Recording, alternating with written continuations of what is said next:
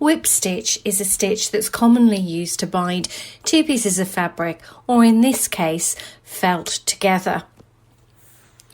I've used just one single strand of embroidery thread or floss here for this project. As you will see in the sample that I'm demonstrating with, I've come up between the two pieces of felt and I've knotted the end of the embroidery floss to prevent this from popping through. I've then taken the thread and wrapped it around the two pieces of felt and positioned the needle to come up back through the two pieces of felt.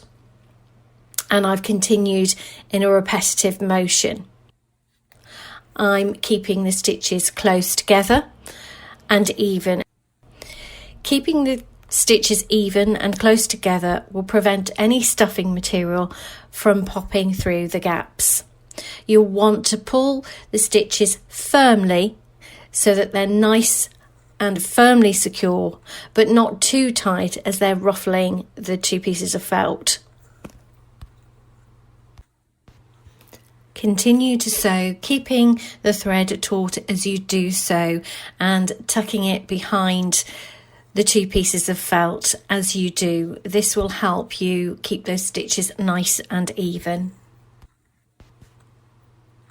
If you find that you run out of thread before moving on to the next section, then please don't worry. You can simply start again from where you left off.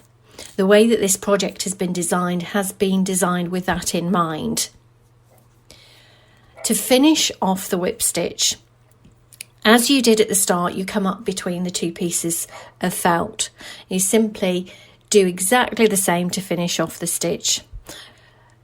Use your last stitch to come up between the two pieces of felt and tie off as demonstrated in the video.